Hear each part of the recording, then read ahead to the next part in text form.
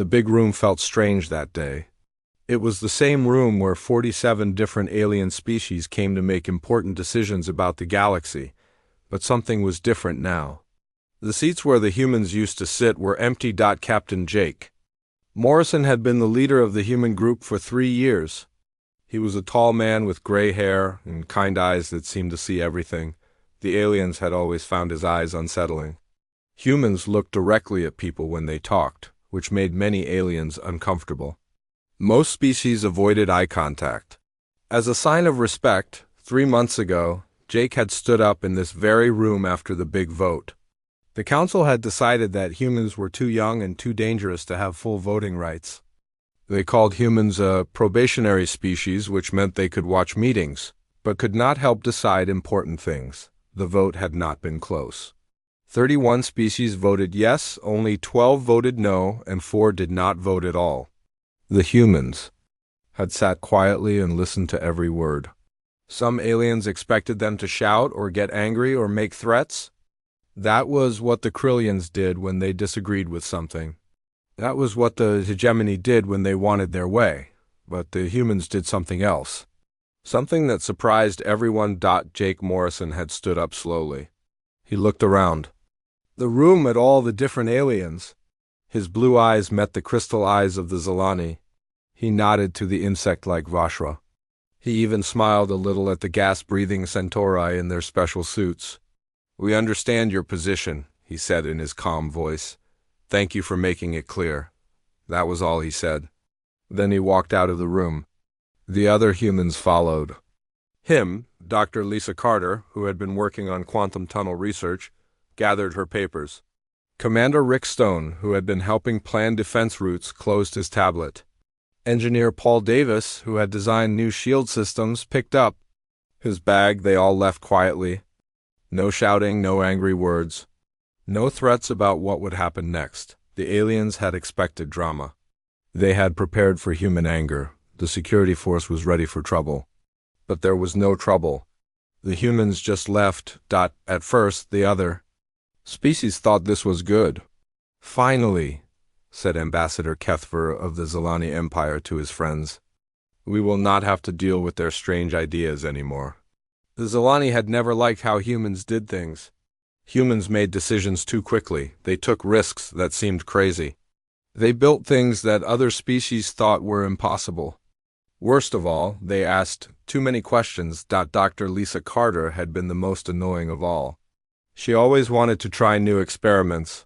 She wanted to push machines harder and faster than they were designed to go. She wanted to test things that had never been tested before. The Council's Science Committee had rejected most of her ideas as too dangerous. Just last month, she had proposed a new way to stabilize quantum tunnels. The tunnels were used for fast travel between star systems. They worked fine the old way, but Lisa wanted to make them work better. She wanted to make them faster and more stable. Why fix something that is not broken? The committee had asked her. Because it could be so much better, she had replied.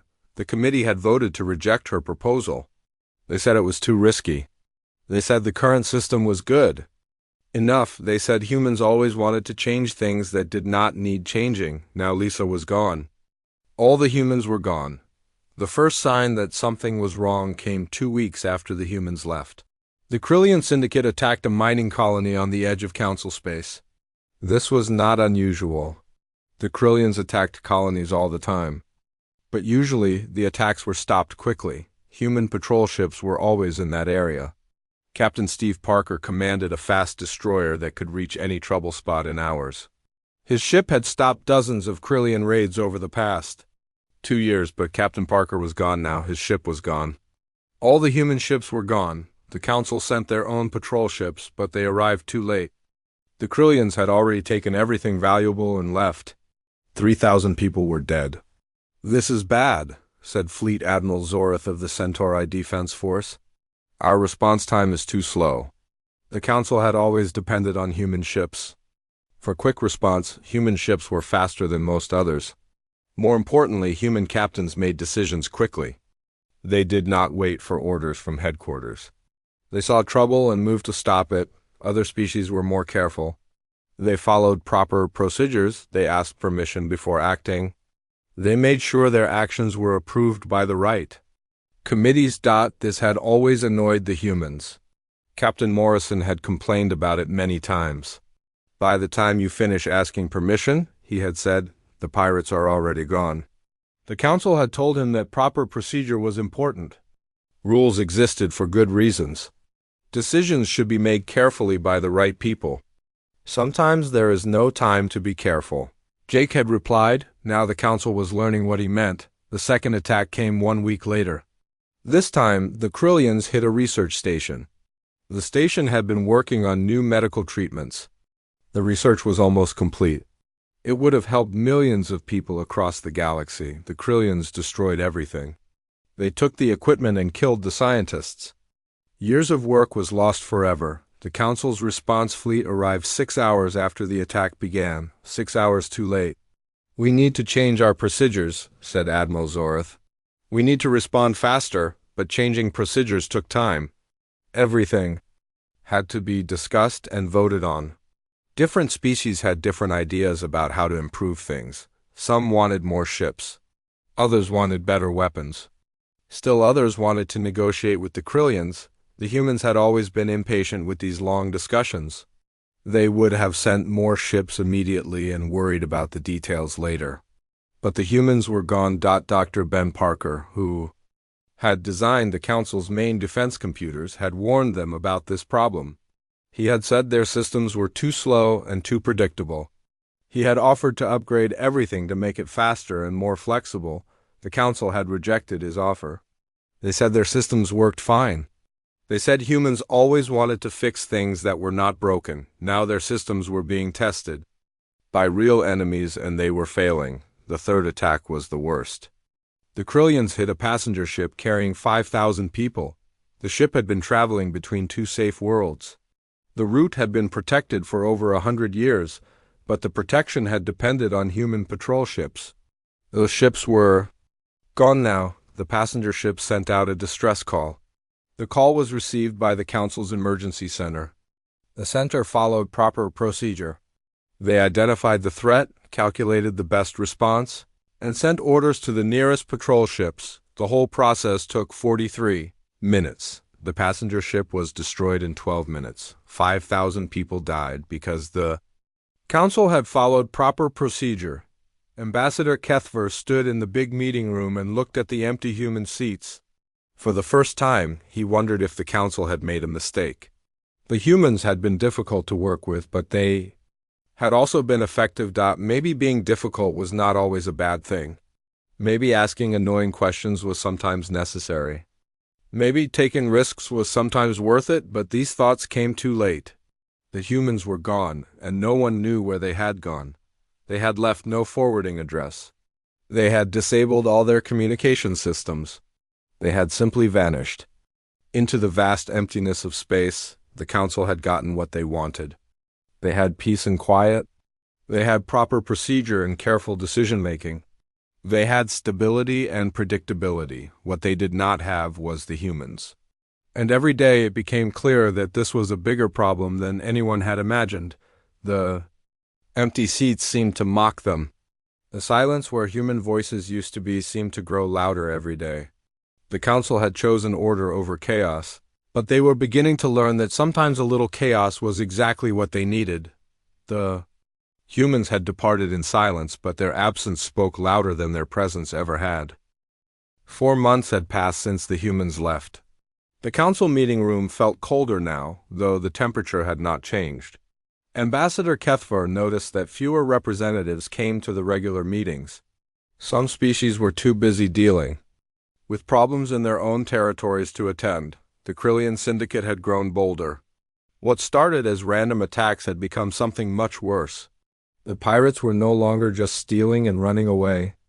They were taking over entire star systems and claiming them as their own territory. Fleet Admiral Zorth stood before the emergency session.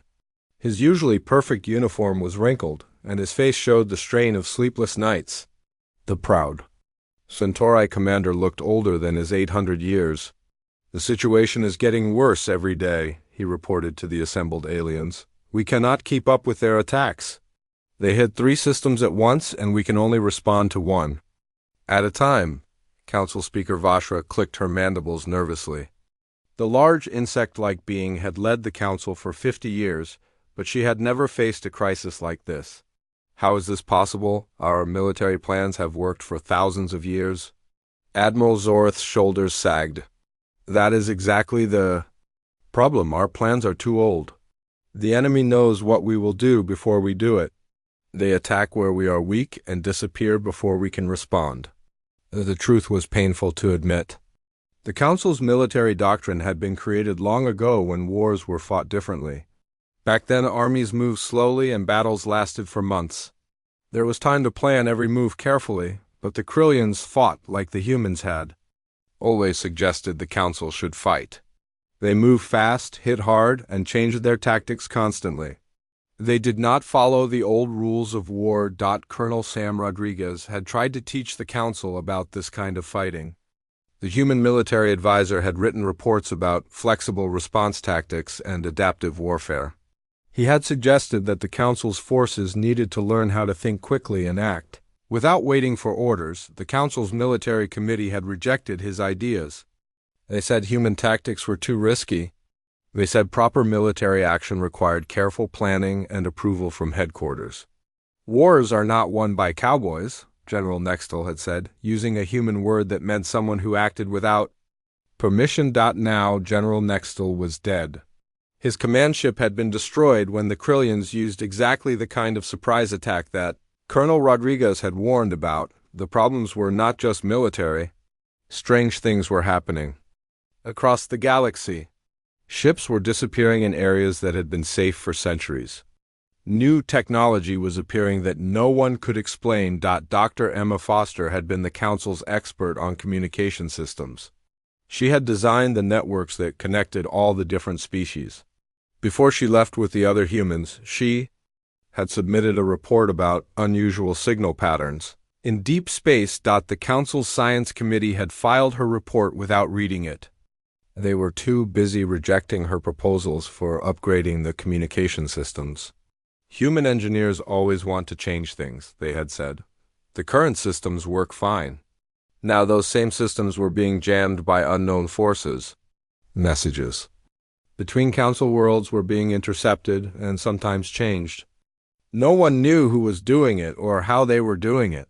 The worst part was that the jamming was selective.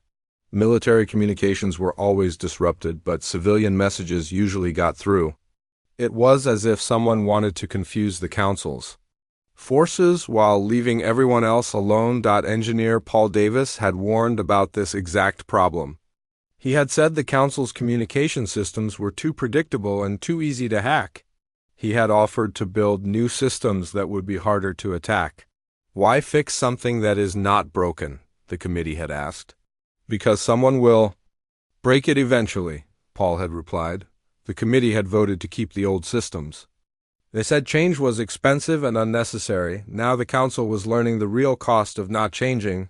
The hegemony, one of the Council's oldest and most powerful members, was facing its own crisis.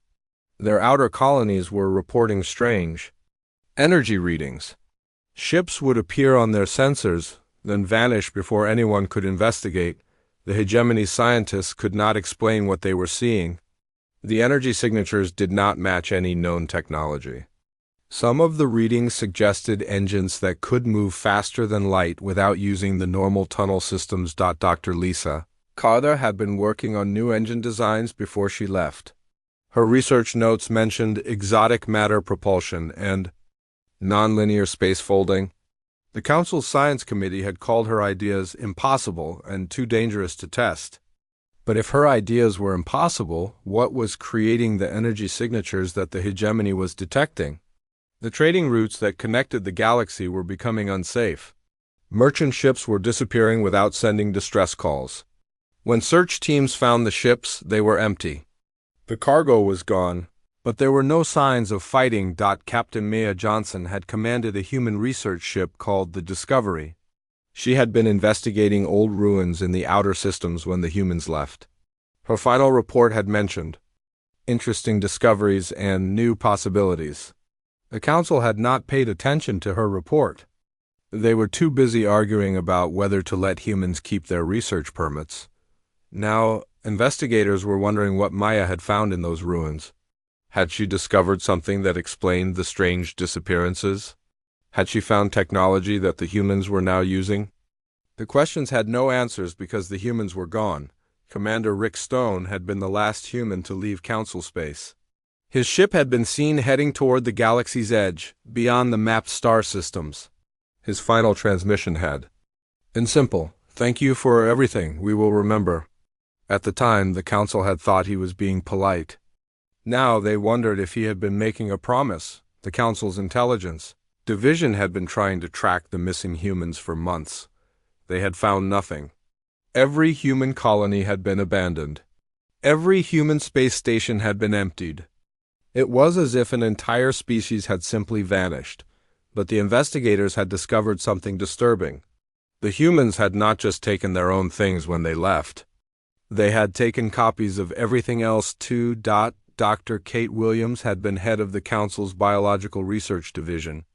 In her final weeks, she had downloaded the genetic records of every known species. She had copied databases that contained millions of years of evolution. When questioned, she had said she was backing up important data. The council had not stopped her because they thought she was being helpful. Now, they realized she had been preparing for something much bigger. The humans had copied military tactical manuals, scientific research files, cultural archives, and historical records. They had taken a complete library of galactic civilization with them into exile. Chief Investigator Nextel had spent his career tracking criminals across the galaxy. He had never seen anything like the human exodus. They did not just leave, he told the council. They prepared for permanent separation. This was planned from the moment we voted to limit their rights. The implications were frightening. The humans had not left in anger or disappointment. They had left because they had already decided to build something new, something that did not need the council. Ambassador Kethver stood once again in the meeting room and looked at the empty human seats. The chairs had been removed last week to make room for emergency communication equipment. Even the physical reminder of human presence was gone now, but the consequences of their absence were everywhere. The council was learning that humans had been involved in more things than anyone had realized. They had been the oil that kept the galactic machine running smoothly. Without them, everything was breaking down. The Krillian attacks were getting worse. The mysterious disappearances were increasing. The communication problems were spreading. And somewhere in the vast darkness of space, the humans were building something that the council could not see or understand. For the first time in his long life, Kethver felt afraid. The council had always been the most powerful force in the galaxy. They had controlled trade, enforced peace, and guided the development of younger species. But now they were learning that power was not permanent. It could be lost as easily as it was gained. And sometimes, the greatest threat came not from enemies who attacked, but from friends who simply walked away. The humans had departed in silence, but their absence was speaking louder than any words ever could. 8 months after the humans left, the council faced a decision that would have been impossible to imagine before. They were going to ask the humans to come back. The vote was not easy. Many species still believed the humans had been trouble. The Zilani Empire remembered how humans questioned everything. The Vashra Collective remembered how humans broke rules. The Centauri Federation remembered how humans took risks that seemed crazy, but the galaxy was falling apart without them. The Krillian Syndicate now controlled 15 star systems. They had built a real empire from the pieces of the old council. Territory? Worse, other enemies were appearing. The hegemony was fighting a civil war. Ancient enemies who had been quiet for centuries were starting new conflicts. Council. Speaker Vashra stood before the emergency assembly. Her usually strong voice shook as she spoke. We must try to restore diplomatic relations with the human species. Our survival may depend on it. The debate lasted 3 days. Some species wanted to demand that the humans return. Others wanted to offer them money or territory. A few suggested threatening them with military action. Ambassador Kethver was the one who finally spoke the truth that everyone knew but no one wanted to say. We cannot demand anything. We cannot threaten them. We drove them away, and now we must ask them to forgive us. The vote was close. 24 species voted yes, 20 voted no, and 3 did not vote. It was enough to begin the search. The problem was that no one knew where the humans had gone. Commander Rick Stone had been the last human to leave Council space. His ship, the Defiant, had been tracked to the edge of the galaxy. The last sensor reading showed him heading toward the Helios Nebula, a dangerous region that most ships avoided. The nebula was full of radiation and strange energy fields. It was also huge, stretching across dozens of light years. If the humans had gone into the nebula, they could be anywhere. Captain Maya Johnson had commanded the research vessel Discovery. Her ship had been exploring ancient ruins in the Andromeda Spiral when the humans left. Her final transmission had mentioned remarkable discoveries and new possibilities for expansion. At the time, the Council had been too busy arguing about human voting rights to pay attention to her research. Now they wished they had listened more carefully. The Council sent 12 search fleets to look for the missing humans. Each fleet had instructions to be polite and respectful. They were not to make demands or threats. They were simply to find the humans and ask them to talk. Fleet Admiral Zorth commanded the largest search group. His ships headed for the Helios Nebula, following Commander Stone's last known path. The nebula was dangerous, but Zorth was desperate enough to take the risk. What he found there made him question everything he thought. He knew about the humans. The nebula was empty of human ships, but it was not empty of human presence. Hidden in the radiation clouds were the remains of massive construction projects. Metal frameworks stretched for miles.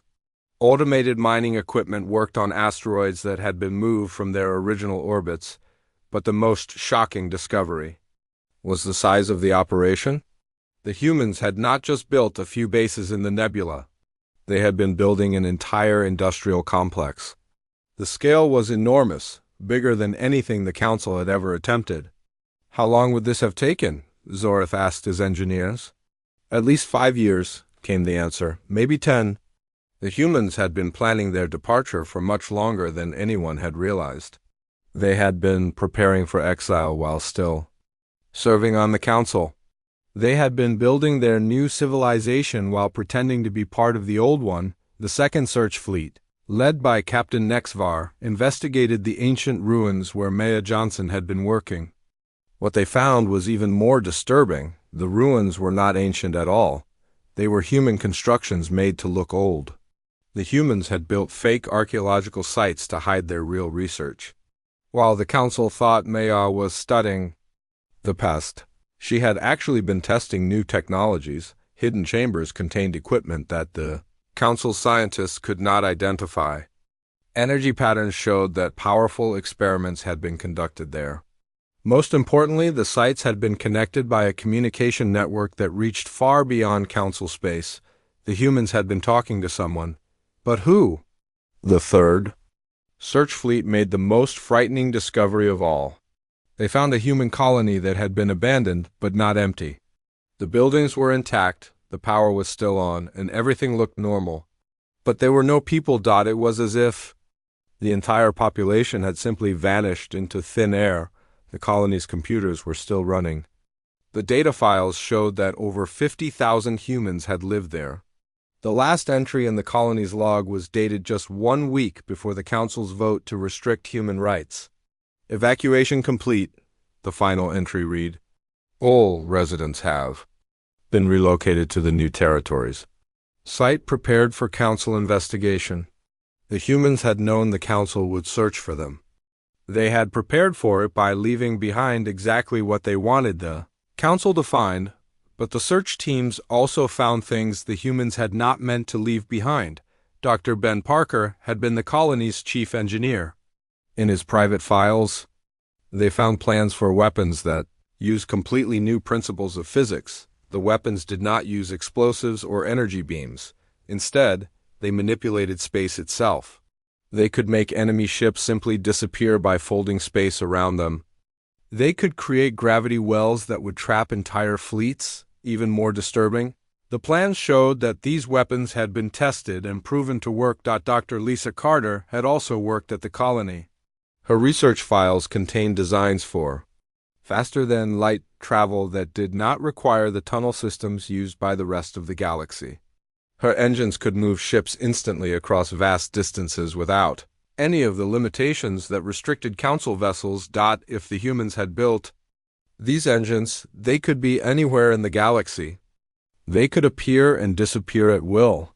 They could strike at any target and escape before anyone could respond. The Council's search fleets began to realize they were not just looking for refugees. They were looking for a civilization that had become more advanced than their own. Engineer Paul Davis had left behind the most troubling discovery of all. His files contained complete technical specifications for every piece of Council technology. He had blueprints for their ships, their weapons, their communication systems, and their defenses, but these were not just copies, they were improved versions. Paul had taken Council technology and made it better. He had fixed flaws that the Council did not even know existed. The implications were staggering. The humans did not just know how Council technology worked. They knew how to make it work better.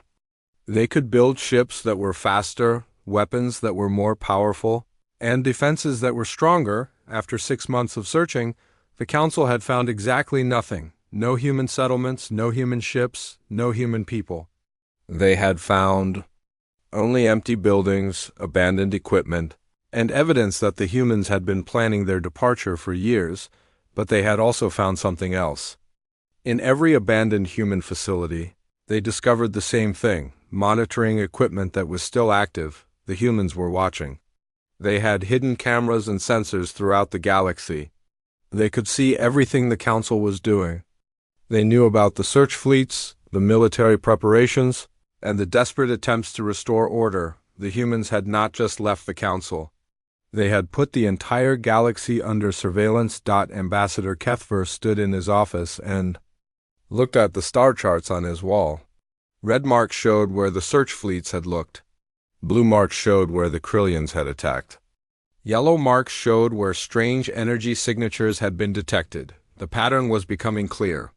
The humans were not hiding in some distant corner of the galaxy.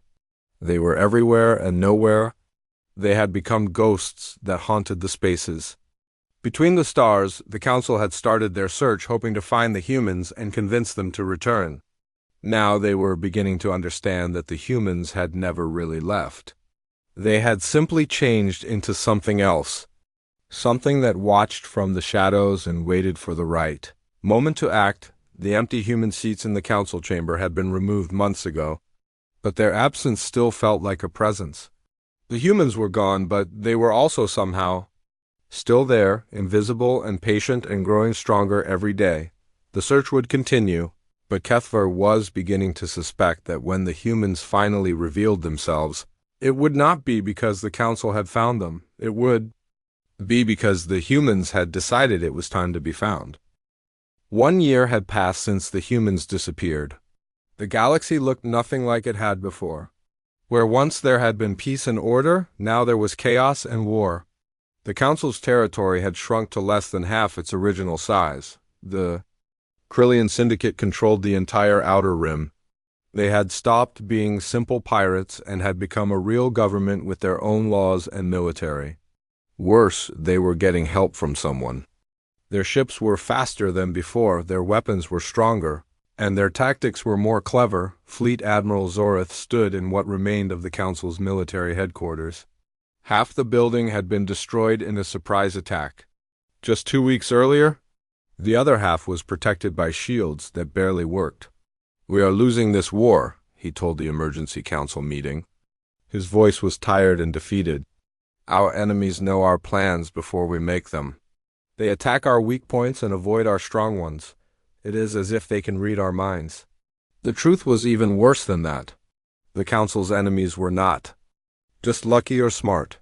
They were being helped by someone who understood Council tactics perfectly. Someone who had studied their military doctrine for years and knew exactly how they would respond to any situation. Colonel Sam Rodriguez had been the Council's main expert on military strategy. He had written detailed reports about how to fight different kinds of enemies. He had created training programs for Council officers. He had designed the response procedures that the military still used. Now those same procedures were being used against them. Every time the Council sent ships to defend a system, the enemy was already gone. Every time they tried to set a trap, they found themselves surrounded instead.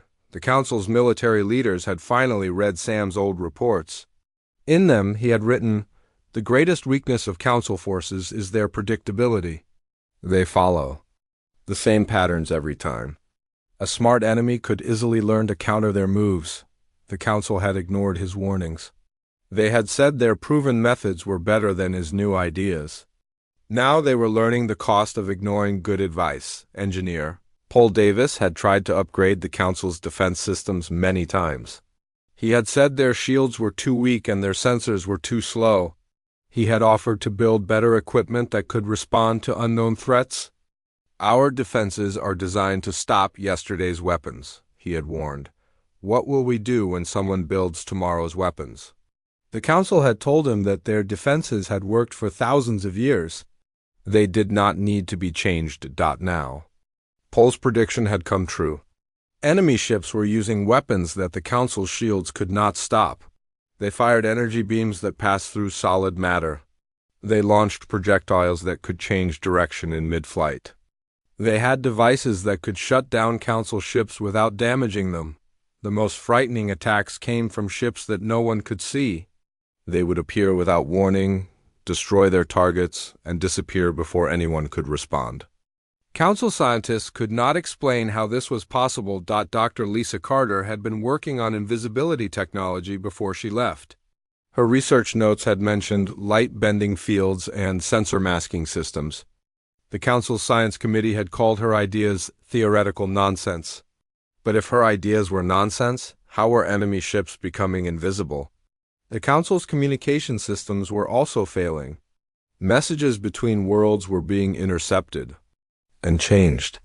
Military orders were being delayed or sent to the wrong places. Some ships received commands that led them into enemy traps. Dr. Emma Foster had designed most of the Council's communication networks. She had warned that the systems were vulnerable to attack. She had offered to build new networks that would be harder to hack. Security through complexity, she had called it. Make the system so complicated that only we know how it works. The Council had rejected her proposal. They said simple systems were more reliable than complex ones. They said Emma was trying to create problems that did not exist. Now those problems were very real. The Council's enemies seemed to know every message that was sent. They could predict Council movements because they could read Council communications. The hegemony had completely fallen apart. The ancient alliance of 12 species had split into 5 separate factions that were fighting each other. Each faction claimed to be the legitimate government. Each one accused the others of being traitors. The Civil War had started when someone leaked secret documents that showed corruption in the hegemony's leadership. The documents were real, but the timing of their release was suspicious. Someone had wanted the hegemony to destroy itself. The trade routes that connected the galaxy were now controlled by pirates and warlords.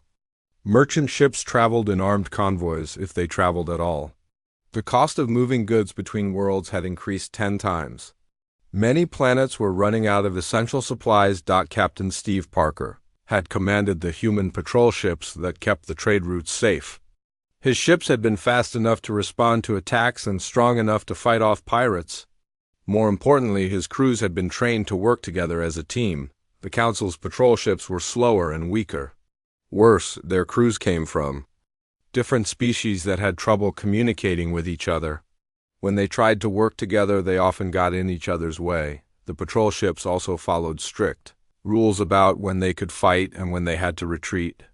The rules were designed to prevent unnecessary conflicts, but they also made the ships predictable. Pirates learned to attack in ways that forced the patrol ships to retreat. Steve Parker had always ignored rules that did not make sense. His ships had stopped attacks that other captains would have avoided. He had saved lives that other captains would have written off as acceptable losses. Now there was no one like Steve to protect the trade routes.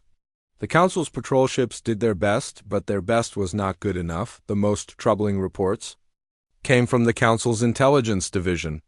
Their agents had discovered that the galaxy's problems were not separate incidents. They were all connected. Someone was coordinating the attacks on Council territory. The Krillian Syndicate was receiving advanced weapons from an unknown source. The Hegemony's civil war had been triggered by information that came from hidden networks. The pirate attacks on trade routes were following a pattern that suggested central planning. Someone was orchestrating the destruction of the Council's power.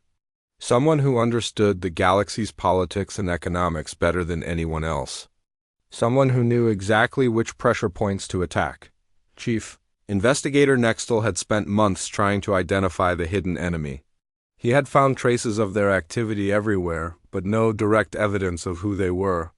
The enemy was too careful and too smart to leave obvious clues, but Nextel had found one disturbing pattern. Every major attack on Council territory had been preceded by the appearance of strange energy signatures in nearby space. Ships that appeared and disappeared without warning. Technology that did not match any known design. The energy signatures were similar to the readings that Dr. Lisa Carter had predicted her new engines would produce. The Council was facing an enemy that could strike anywhere without warning. An enemy that knew their weaknesses better than they knew them themselves. An enemy that had turned their own technology against them. Ambassador Kethfer stood in the ruins of the Council chamber. The building had been damaged in 3 separate attacks over the past month. The beautiful dome that had covered the meeting room was gone, replaced by a temporary metal roof. The seats where representatives used to sit were mostly empty now. Many species had stopped sending delegates. Some were too busy fighting their own wars. Others had lost faith in the Council's ability to protect them. The human seats had been empty for a year now, but Kethfer found himself looking at that space more and more often. He was beginning to understand something that terrified him. The humans had not just left the Council. They had taken the Council's future with them. All the knowledge, all the innovations, all the solutions to problems that had not yet appeared. The humans had carried it all away into the darkness between the stars, and now that darkness was looking back at them, the Council had created their own enemy by driving away their most valuable allies. They had taught the humans that cooperation was impossible, so the humans had chosen a different path. They had become something new, something powerful, and something that no longer needed the Council's approval. The galaxy was changing, and the Council was not ready for what came next. They had spent so long trying to control change that they had forgotten how to adapt to it. Now change was coming whether they liked it or not. The humans had left in silence, but they were returning with thunder. 18 months after the humans left, the message finally came. It arrived on every communication device in Council space at exactly the same time. Every screen showed the same image. Every speaker carried the same voice. Admiral Steve Parker appeared on the screens. He looked older than when he had left, but his eyes were still sharp and confident. Behind him was a background that no one recognized, walls made of strange metal and lights that pulsed with unknown energy. "The galaxy is changing," he began in his calm, steady voice. "New powers are rising, old systems are failing, and the future belongs to those who can adapt." Ambassador Kethfer watched the message from what remained of the Council chambers. Around him, the few representatives who still attended meetings sat in shocked silence. They had been hoping to hear from the humans for months. Now that it was happening, they were afraid of what they might learn. "The Council chose stability over progress," Steve continued. "You chose predictability over innovation. We respected that choice and removed ourselves from the equation." The message was being broadcast to every world in Council space. Billions of beings were watching and listening. The humans were not just talking to the Council leaders. They were speaking to everyone. "We have observed your struggles over the past year and a half," Steve said. "Every military failure has been noted. Every economic collapse has been recorded. Every political crisis has been analyzed. The words were polite, but their meaning was clear. The humans had been watching the council fall apart. They had seen every mistake and every weakness. They knew exactly how bad things had become. "We have found new worlds beyond the rim," the message continued. "We have built new ships, developed new technologies, and formed new alliances. The galaxy you know is ending, and we are building its replacement." Behind Steve, the camera moved to show glimpses of what lay beyond him. Massive ships that looked nothing like council designs. Cities floating in space that defied every rule of engineering. Technology that seemed to bend the laws of physics. The humans had not just survived their exile. They had thrived? The Krillian syndicate that threatens your borders? Steve's voice took on a slightly different tone. They work for us now, the pirates who raid your trade routes? They follow our orders, the mysterious attacks on your worlds? We planned everyone. The confession hit the council chamber like a physical blow. Several representatives gasped out loud.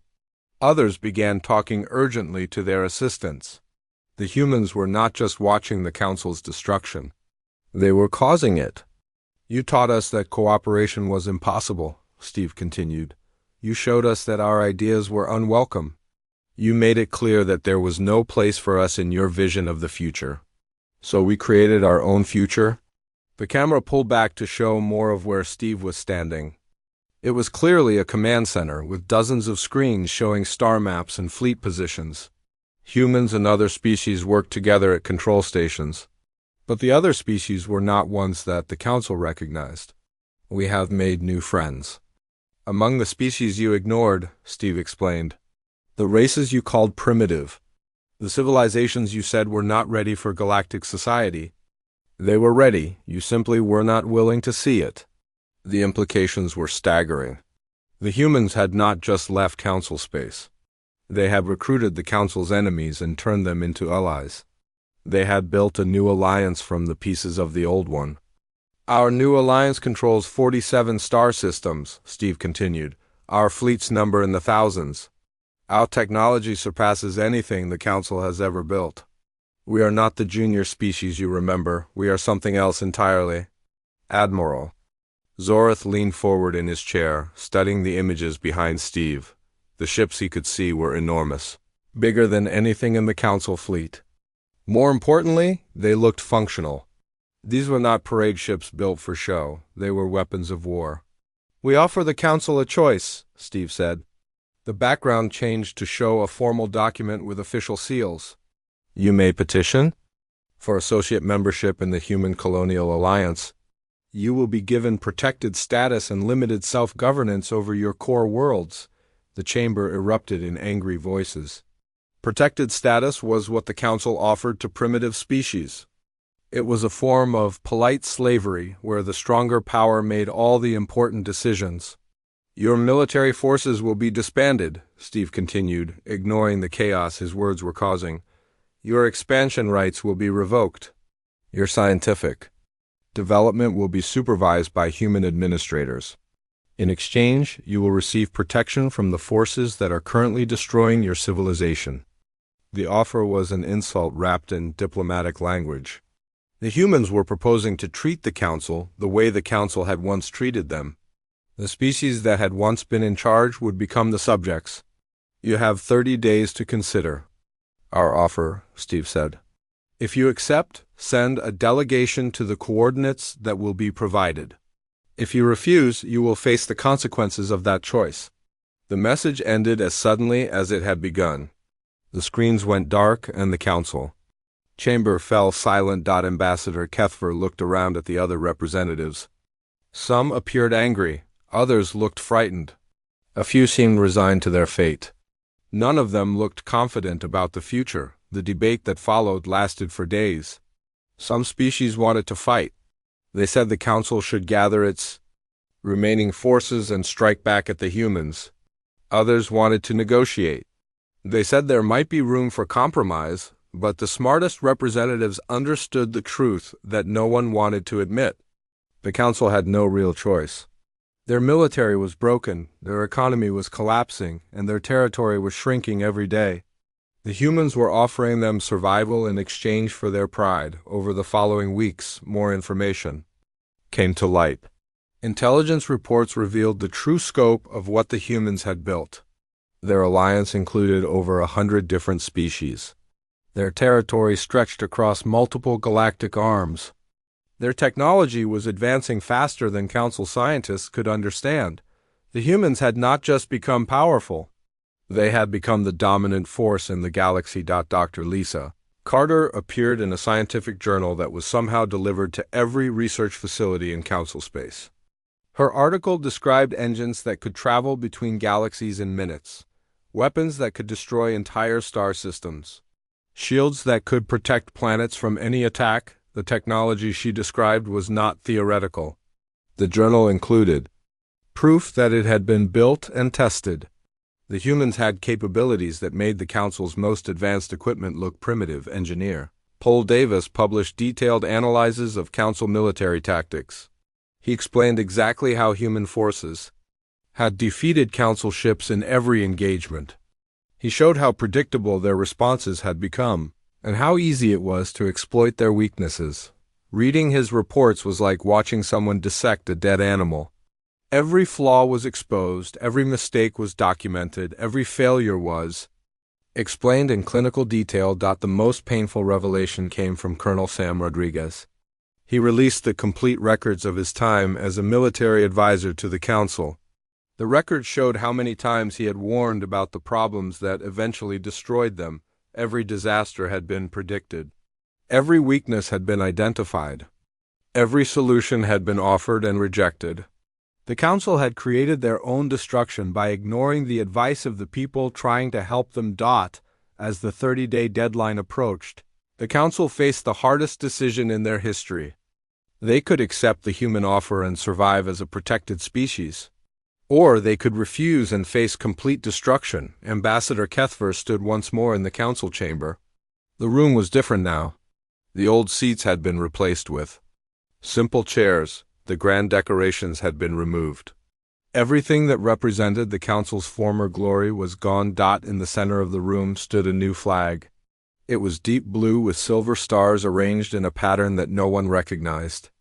It was the flag of the Human Colonial Alliance, and it represented the future that the Council would have to accept. The vote was not close. 38 species voted to accept the human offer. Only 6 voted to refuse. 3 abstained from voting entirely. The Council that had once ruled the galaxy would become a minor member of someone else's empire. The species that had once made decisions for others would now have decisions made for them. The humans had won not through conquest, but through patience. They had left when cooperation became impossible and returned when domination became inevitable. They had turned the Council's own arrogance against them and built something stronger from the pieces. The message had been clear from the beginning. The humans had departed in silence, but their silence had been a promise. They would remember everything that had been done to them, and when they returned, they would be ready to collect payment for every slight, every insult, and every missed opportunity. The galaxy belonged to humanity now. The Council's age was over, and a new age had begun. The only question was whether the old powers would adapt to the new reality or be swept aside by it. The humans had learned the most important lesson of all: sometimes the only way to change the system was to build a better one and wait for the old one to collapse.